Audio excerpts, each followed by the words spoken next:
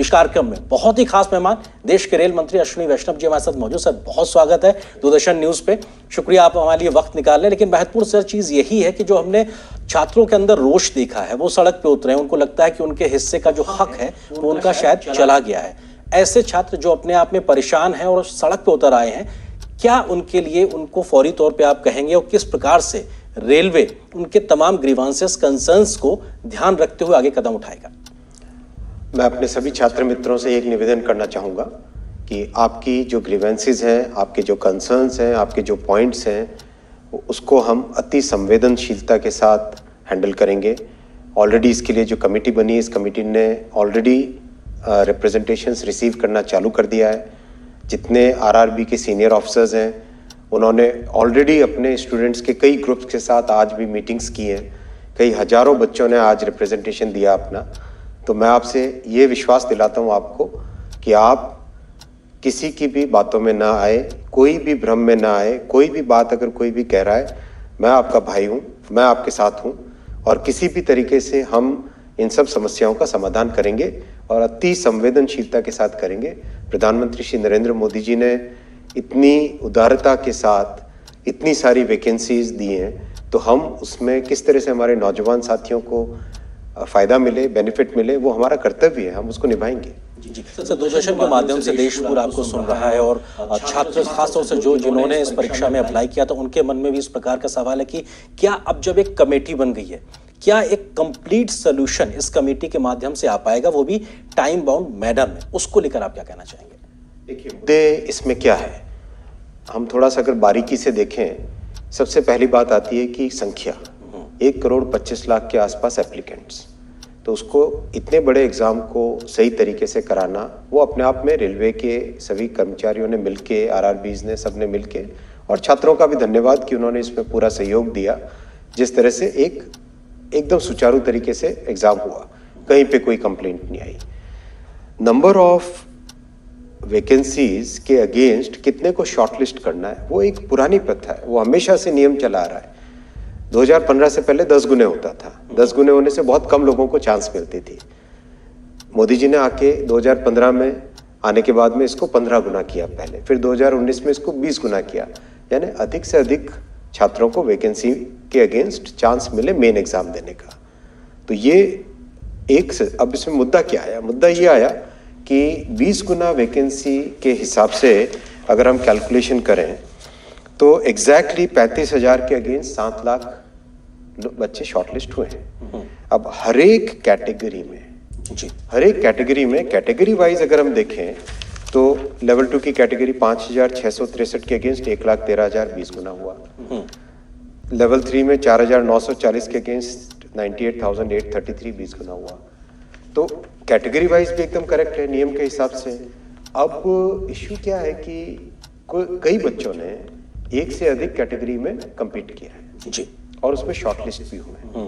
तो शॉर्टलिस्ट होने के कारण ओवरऑल 7 लाख यहाँ नंबर आता है।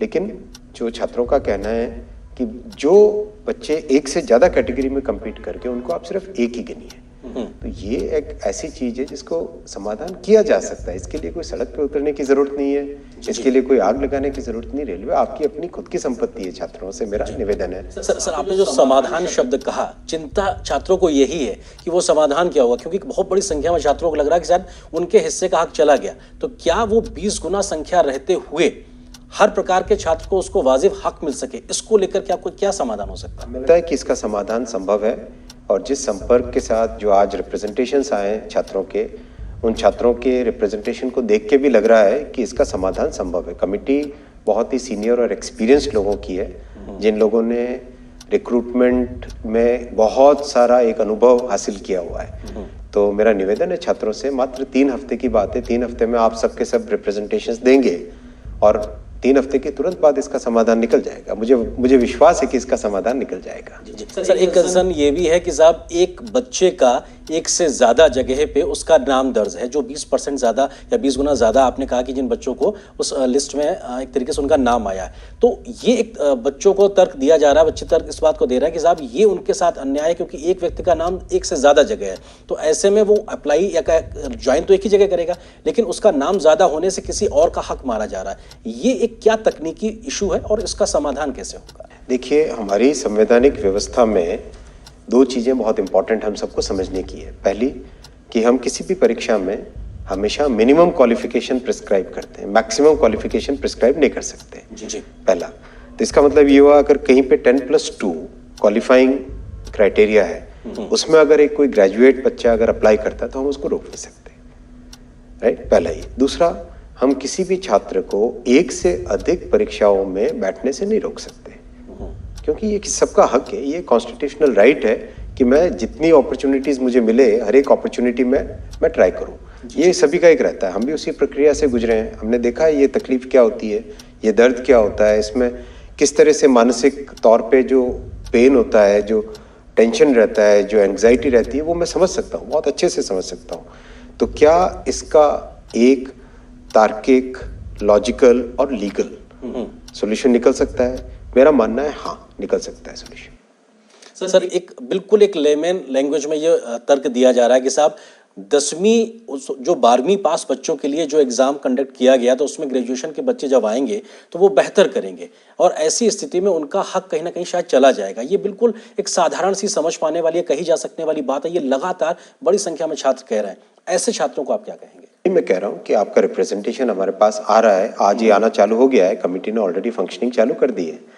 कमेटी कल बनी, आज से फंक्शनिंग चालू कर चुकी है, कल से ही चालू कर दिया था फंक्शनिंग। आरआरबी सभी छात्रों के साथ मिलना चालू कर दिया ऑलरेडी, रिप्रेजेंटेशंस कितने सारे रिसीव हो चुके हैं, तो मुझे पूरा विश्वास है कि इसका सोल्यूशन निकलेगा। जी। सर महत्वपूर्ण चीज़ ये भी है कि किस तरीके से आप ये कह रहे हैं 3 सप्ताह तक एक समय, एक विंडो खोल के रखी है कि आपको वो अपने आप में देना है। महत्वपूर्ण चीज़ ये भी है कि अब जब 3 सप्ताह का समय है, आपने एक टाइम बाउंड तरीके से आगे बढ़ने की बात करी है, तो क्या ये 3 सप्ताह अपने आप में पर्याप्त होगा? कई छात्र इस बात को लेकर भी कह रहे हैं कि जब आपको इतना लंबा वक्त लग गया इस पूरी प्रक्रिया को कंडक्ट करने में, एग्जाम कंडक्ट करने में, तो क्या 3 सप्ताह में आप इतना बड़ी प्रक्रिया को फिर से कंडक्ट कर पाएंगे?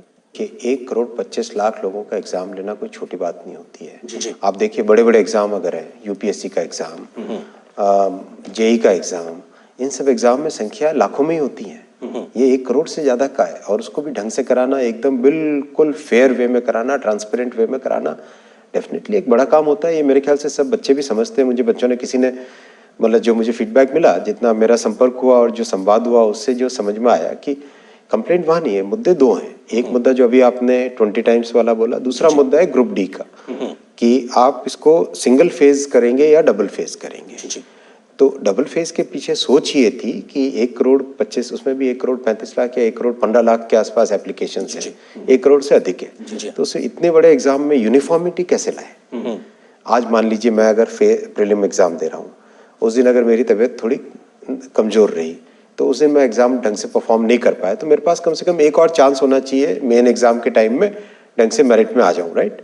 ये थॉट प्रोसेस के साथ 2 स्टेज किया गया था। लेकिन जो पुरानी सिस्टम था जिसमें सिंगल स्टेज में किया जाता था, और अभी जो छात्रों का रिप्रेजेंटेशन है, उसका भी एक समाधान निकल सकता है। ये कोई बहुत बड़े ऐसे मुद्दे नहीं है जिन मुद्दों पे सड़क पे उतरना पड़े। सड़क पे उतरे हुए छात्र ये भी कह रहे हैं कि जो सेकंड फेज में आपको जो प्रक्रिया अपनानी थी, आपने पहले ही फेज में अपना ली, इसकी वजह से भी उनको दिक्कतें पेश आ रही हैं।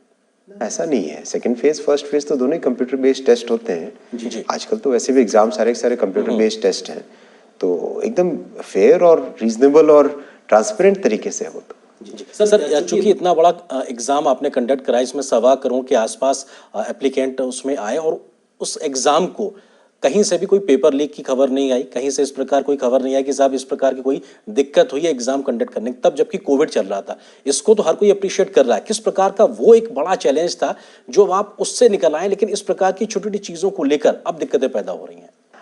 देखिए, जब इतनी कठिन परिस्थितियों में भी इतना डिफिकल्ट एग्जाम कर लिया है, तो इस प्रॉब्लम को भी सॉल्व करेंगे, आप निश्चिंत रहिए। और छात्रों को भी मैं कहता हूं कि आप छात्र भाइयों को मैं कहता हूं कि निश्चिंत रहिए, आप इसका सॉल्यूशन निकलेगा। सर हमने देखा कि जो छात्र सड़क पे उतरे थे और उसके बाद में उनके साथ में पुलिस की कार्रवाई भी हुई। इसको लेकर भी बहुत ज़्यादा खबरें बनी, उस सबको लेकर रेलवे की संपत्ति का नुकसान भी हुआ। आप इस पूरे घटनाक्रम को किस तरीके से देखते हैं? क्या ये एक टाली जा सकने वाली एक स्थिति हो सकती थी? मेरा मानना है कि देखिए, कॉन्स्टिट्यूशनल व्यवस्था में हमें फंडामेंटल राइट्स पे हम बात करते हैं, लेकिन हमें अपनी खुद की स्वयं की ड्यूटी को भी देखना पड़ेगा। हम सभी नागरिकों को अपनी ड्यूटी को भी देखना पड़ेगा। पब्लिक प्रॉपर्टी को बचाना, चाहे रेलवे हो, सड़क हो, कोई भी ऑफिस हो, कुछ भी हो, सड़क एक स्ट्रीट लाइट भी हो, बचाना वो हमारी फंडामेंटल ड्यूटी भी है। मैं नहीं मानता कि हम देश में एक जब देश का निर्माण कर रहे हैं तो इस देश के निर्माण में हम सबको अपना अपना रोल लगाना पड़ेगा। भगवान राम ने जब सेतु बनाया तो वो गिलहरी का भी एक रोल था। तो हम सबको अपना अपना रोल तो करना ही पड़ेगा। हम ये नहीं कह सकते कि हमारी ग्रीवेंस है तो हम कानून को हाथ में ले लेंगे। ये ऐसा नहीं होना चाहिए। जी। सर, एक बात ये भी कही जा रही है, इसको हम र्यूमर भी कह सकते हैं या सत्यता, आप उसके बारे में बेहतर बताएंगे, कि जिन छात्रों ने उतर कर विरोध किया या सार्वजनिक संपत्ति के नुकसान में जो कहीं एक आगे बढ़ चढ़ के मौजूद नजर आए, ऐसे छात्रों को क्या आगे से रेलवे की परीक्षा में भर्ती ना होने के लिए या नहीं हो सके ऐसा प्रतिबंधित किया जाएगा? इसको लेकर भी छात्रों में कई प्रकार की बातें चल रही हैं, आप स्पष्ट करना चाहेंगे कुछ? इसको स्पष्ट कर देगी, कोई दिक्कत नहीं है। जो भी पॉइंट आएगा कमेटी इसको बहुत एकदम स्पष्ट रूप से इस पर निर्णय लिया जाएगा। और हम बहुत संवेदनशील सरकार है, युवाओं को रोजगार देने वाली सरकार है, युवाओं का ध्यान रखने वाली सरकार है। और जिस तरह से एजुकेशन पॉलिसी, जो जितने मोदी जी ने जो इनिशिएटिव्स लिए उनमें मेन फोकस कौन है? गरीबों का, युवाओं का, किसानों का। तो इसमें स्वाभाविक रूप है कि हम सॉल्यूशन को अच्छे से ही निकालेंगे। जी सर, इस प्रकार के विरोध प्रदर्शन के बाद में हमने देखा कई राजनीतिक दलों की ओर से भी बयान आए। इस पूरे बात का या पूरे मुद्दे का राजनीतिकरण भी देखने को मिला। आपको लगता है कि इसको लेकर किस प्रकार की एक बयानबाजी आप लगातार देख रहे हैं जो राजनीतिक वजहों से सुनाई पड़ रही है? जिन लोगों के पास दूसरे मुद्दे नहीं होते हैं तो वो किसी न किसी मुद्दे में अपना निकालते हैं। मैं निवेदन करूंगा कि ये छात्रों का मामला है, देश का मामला है, इसको इसमें राजनीति न डालें। सर, आपने अपील पहले भी की थी, लेकिन ये राजनीतिक बयानबाजी थोड़ा बढ़ती दिखाई पड़ रही है अभी भी, क्योंकि उसके पीछे कई वजहें भी बताई जा रही हैं कि एक छात्रों का एक बड़ा वर्ग है जिसके अंदर रोष है, उसको कैश करने की कोशिश दिखाई पड़ रही है। आपको लगता है कि इस सब चीज़ों से राजनीतिक दलों को ज़्यादा बचने की ज़रूरत है? मुझे विश्वास है कि छात्रों को मेरे द्वारा, मैं सब उन छात्रों को आज एक बार फिर निवेदन करता हूँ, हमारी नीयत साफ है, काम करने का इंटेंट हमारा साफ है। सरकार में प्रधानमंत्री श्री नरेंद्र मोदी जी ने देश को नवनिर्माण की तरफ ले जाने वाला जो यज्ञ चलाया है, इसमें कहीं पर भी कोई भी हर किसी को जुड़ने की बात है, अलग होने की बात नहीं। तो मुझे विश्वास है कि छात्रों का हमारे ऊपर ही विश्वास रहेगा, चाहे कोई कितनी भ्रमित करने की कोशिश करे। सर, इस पूरे प्रोसेस के तहत जो नॉर्मलाइजेशन की प्रक्रिया को अपनाया जाता है, उसको लेकर भी सवाल है कि साहब, आप करना तो बेहतरी के लिए चाहते हैं, लेकिन कई बार उसकी वजह से कुछ छात्रों में भ्रम है कि शायद अच्छा स्कोर करने के बाद भी उनका नाम शॉर्टलिस्टेड लिस्ट में नहीं होता। इसको लेकर कुछ कहना चाहेंगे? नॉर्मलाइजेशन दुनिया के हर परीक्षा में होता है, करीब हर बड़ी परीक्षा में होता है। और उसके बिना आप कैसे मैनेज करोगे किसी भी एग्जाम को? अगर 1 करोड़ संख्या है, एक सेंटर है, कितने मतलब हजारों की संख्या में शिफ्टों में काम होता है। हजारों की संख्या में जब शिफ्टें हैं, कई 100 सेंटर्स हैं, तो उसमें नॉर्मलाइजेशन करना तो दुनिया के हर एग्जाम में होता है। भारत के आज की बात है क्या? ये तो 1970-1950 के समय से जब संख्याएं बढ़ने लगी तब से नॉर्मलाइजेशन होता है। जी। सर, रोजगार के लिहाज से रेलवे एक बहुत बड़ा एक संस्थान है और अभी भी अगर देखा जाए तो कर्मचारियों की संख्या सबसे ज़्यादा बड़े एक परिवार के तौर पर देखने को मिलती है और ये रोजगार के अवसर के लिहाज से भी एक बड़ा रिक्रूटमेंट की पूरी ड्राइव थी। ये जो सवाल अभी खड़े हुए हैं, भविष्य में ये सवाल ना खड़े हों, क्या इस पूरे एपिसोड से, इस पूरे घटनाक्रम से कुछ और ऐसे बड़े कदम हम भविष्य में देखेंगे कि ऐसी घटनाएं ना होने पाए? क्योंकि बड़े रिफॉर्म से रेलवे गुजर रहा है, रिक्रूटमेंट में भी एक बड़े प्रकार की प्रक्रियागत तकनीकी व्यवस्थाएं शामिल हो, क्या उसको लेकर कोई बड़ा उपाय? बात सही, इसमें तकनीकी व्यवस्था को और ज़्यादा सम्मिलित करना चाहिए और इस पे सोच रहे हैं। इस पे काफ़ी इनपुट्स भी आए, कई सजेशंस भी आए, कई जो एकेडमिक वर्ल्ड से जो लोग इसमें एग्ज़ाम वगैरह के से बहुत अच्छा वास्ता रखते हैं, उन लोगों ने भी बहुत सारे सजेशंस दिए। जी, क्योंकि सर आपने इस बात का कहा कि एक बड़ी एजेंसी को रिक्रूट करने में भी काफ़ी समय लगा, क्योंकि इतना बड़ा एग्जाम था। ऐसे में आप आईटी मंत्रालय की भी जिम्मेदारी संभालते हैं, तो आपको बेहतरी से पता है कि तकनीकी तरीके से चीज़ों को कैसे ईजिली लोगों के लिए उसको जोड़ना है। तो क्या हम उम्मीद कर सकते हैं कि जिस रिफॉर्म या एक बेहतरी के लिए आप कदम उठाना चाह रहे हैं वो देर नहीं लगेगी, बहुत जल्दी शुरू होगा? विश्वास है इस पे, मुझे विश्वास है। और हमेशा हमारा एम क्या रहेगा? हमारा एम रहेगा कि एग्जाम फेयर हो, रीजनेबल हो, कहीं पर भी किसी को इसमें ये संदेह न हो कि भाई मैंने जिस तरह की परीक्षा में जैसा परफॉर्म किया वैसा मेरा रिजल्ट आया या नहीं। वो एम एक रहेगा हर जगह। जी सर, आपने जो कमेटी गठित की है वो 4 मार्च तक अपनी रिपोर्ट आपको देगी, ऐसा आपने तय किया, और आपने इस बात के भी संकेत दिए थे संभव हुआ तो वो पहले भी रिपोर्ट आपको दे सकते हैं। क्या लगातार आप इस प्रकार की व्यवस्था रखेंगे कि ताकि ये समय जो 4 मार्च का है ये पहले तो हो, बाद में ना होने पाए, मतलब वो समय और ज़्यादा बर्बाद ना हो? बल्कि हमने तो इससे भी एक कदम आगे जाके आरआरबी के जितने चेयरपर्सन्स हैं, चेयरमैन हैं, उन सबको बोला है कि आप रीच आउट करिए, आप प्रोएक्टिवली जाके स्टूडेंट से मिलिए। तो आज बहुत सारे स्टूडेंट्स मिले भी हैं। हमारा एम है, हम छात्रों के लिए सरकार। सर क्योंकि छात्र बड़ी संख्या में आपको सुन रहे होंगे, और ये जो नोटिफिकेशन था 2019 का था, हालांकि कोविड का एक समय था, और 2022 में भी रिजल्ट निकला, और अभी हम एक पहले ही चरण पर एक तरीके से एक ठहराव की स्थिति आ गई है। ये इतनी लंबी प्रक्रियाएं ना हो, इसको लेके क्या आप आश्वासन देंगे? बहुत सारे विषय हैं इसमें। एक तो कोर्ट का भी मामला आता है, जैसे ट्रिब्यूनल्स का, कोर्ट का। तो मेरा देखिए, ये सामाजिक व्यवस्था है हमारी, इसमें बहुत सारे स्टेक होल्डर्स आते हैं, तो सोचना पड़ेगा इसमें किस तरह से और इसको स्पीड अप करें।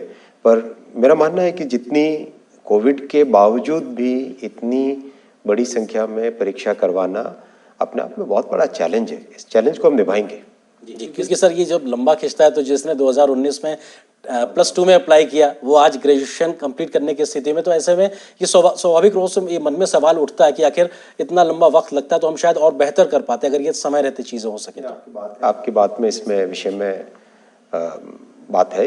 अब इसको कैसे इसको करें, क्योंकि इसमें टेक्नोलॉजी भी यूज़ करें, कोर्ट्स का भी रोल रहेगा, ट्रिब्यूनल्स का रोल रहेगा, स्टूडेंट्स का रोल रहेगा। इसमें बहुत ही कॉम्प्लेक्स विषय है इसको, लेकिन कर सकते हैं। जी सर, कर सकते हैं, और आप अभी कर रहे हैं, इस बात का आप जिक्र कर रहे हैं क्योंकि बहुत इश्यूज हैं, लोग आपको बहुत धैर्य से सुन रहे हैं इस समय लगातार। क्या और आप कहना चाहेंगे, क्या कोऑर्डिनेटेड एफर्ट्स इस वक्त आप डिफरेंट आरआरवीज के साथ में मिलके कर रहे हैं, जो सेंटर्स हैं, ताकि लोगों को एक विश्वास पैदा हो, जिसको हम कहते हैं ना विश्वास बहाली का एक माहौल पैदा हो, तो छात्र आपको सुन रहा है कि हाँ आपने ये कदम अभी तक उठाए हैं और इसकी आप एक तरीके से पाइपलाइन में हैं और ये करने जा रहे हैं? कमिटी फॉर्मेशन के तुरंत बाद में कमेटी ने काम चालू किया। आरआरवीज के जितने चेयरपर्सन है वो प्रोएक्टिवली अपनी तरफ से जाके स्टूडेंट्स को रीच आउट कर रहे हैं कि आपका जो भी पॉइंट है, आप अगर ईमेल में नहीं देना चाहते, रिटन रिप्रेजेंटेशन देना चाहते हो तो रिटन दे दो, ओरल रिप्रेजेंटेशन देना चाहते हो तो ओरल ले लो, हम लिख के नोट करके रख लेंगे। इस लेवल तक हम संवाद को ओपन है, इस लेवल तक संवाद ओपन है। तो मेरा छात्रों से एक बार फिर निवेदन है कि आप विश्वास रखिए, इन सब चीज़ों का समाधान संभव है और इन सब चीज़ों का समाधान होगा। और भविष्य देखिए, आपको रेल चलानी है, आपको रेलवे चलानी है। अगर आपकी रेलवे को आप अगर आज से ही उसी ध्येय के साथ, उसी जो एक अपनेपन के लिए जो होता है, वो उसी ध्येय के साथ काम करेंगे तो आपको अच्छा लगेगा। और विश्वास रखिए, ये बिल्कुल इसमें कहीं पर भी कोई भी चीज गड़बड़ नहीं होगी, अच्छे तरीके से करेंगे। सर सेकेंड फेज का जो एग्जाम था उसको फिलहाल कमेटी बनाने, उसकी रिपोर्ट आने तक के लिए स्थगित किया गया है। थोड़ी देर के बाद क्योंकि इसको लेकर भी जी देखिए लीगल भी देखना पड़ेगा। जो छात्र सेलेक्ट हुए हैं, शॉर्टलिस्ट हुए हैं, उनका इंटरेस्ट भी तो हैम्पर नहीं होना चाहिए ना। ये हम एज द गवर्नमेंट, हमारा फर्स्ट प्रायोरिटी रहेगा कि हमको फेयर होना पड़ेगा। We have to be fair. तो जो लोग सेलेक्ट हुए हैं उनका इंटरेस्ट भी हैम्पर ना हो, वो भी तो देखना पड़ेगा ना। जी, क्योंकि जो आप सेलेक्ट हुए उनका इंटरेस्ट हैम्पर ना हो, इस बात को लेकर भी दूसरी तरफ से भी ये तर्क दबी जबान से ये आ रहा है कि साहब ऐसा ना हो कि अब एक दबाव में इस प्रकार की कोई प्रक्रिया अपनाई जाए जिनमें जो छात्र पहले लिस्ट में आए हैं उनका नंबर के साथ में कंप्रोमाइज हो। बिल्कुल एकदम फेयर वे में करेंगे, कम से कम वो आश्वस्त रहे। 100% पक्का आश्वस्त रहे। बिल्कुल। सर एक अंतिम एक सवाल आपसे यही कि जो छात्र उतरे थे विरोध प्रदर्शन के लिए, अब वो आगे ना उतरे, बैठें और इंतजार करें, लास्ट में आप उनसे क्या एक अपील करना चाहें? क्योंकि राजनीति भी बहुत देखने को मिल रही है, भले आप बहुत राजनीतिक कमेंट नहीं करना चाह रहे हैं, बट फिर भी इसमें राजनीति करने की भी कोशिश साफ तौर पे दिखाई पड़ रही है। मेरा एक ही निवेदन है सभी छात्रों से, आप बिल्कुल भी किसी की बातों में भ्रम में ना आए। आपके पास एक डायरेक्ट चैनल है आज संवाद का, उस चैनल को यूज़ करें, अपनी बात को स्पष्ट तरीके से रखें और जितनी बार रखना चाहते हैं उतनी बार रखें। आपकी बात सुनी जा रही है, आपकी बात को संज्ञान में लिया जा रहा है और इसको एकदम फेयर तरीके से, एकदम लीगल तरीके से इस पे समाधान निकलेगा। किसी भी एक छात्र का हक उसका मारा नहीं जाएगा। जी, बहुत शुक्रिया सर हमसे बात करने के लिए और इस विषय पे विस्तार से बात रखने के लिए, क्योंकि देश के बड़ी संख्या में छात्र ये जानना चाहते हैं कि रेल मंत्री और रेल मंत्रालय किस तरीके से इस विषय पे आगे काम कर रहा है और न सिर्फ अभी के लिए बल्कि भविष्य में भी ऐसा कोई स्थिति परिस्थिति पैदा ना होने पाए, ताकि ऐसी स्थिति आए कि छात्रों को सड़क पे उतरना पड़े। तो फिलहाल सर बहुत शुक्रिया हमारे साथ जुड़ने के लिए। रेल मंत्री अश्विनी वैष्णव जी हमारे साथ में जुड़े थे, उन्होंने तमाम बातों को विस्तार से रखा। तो इस विशेष कार्यक्रम खास मुलाकात में बस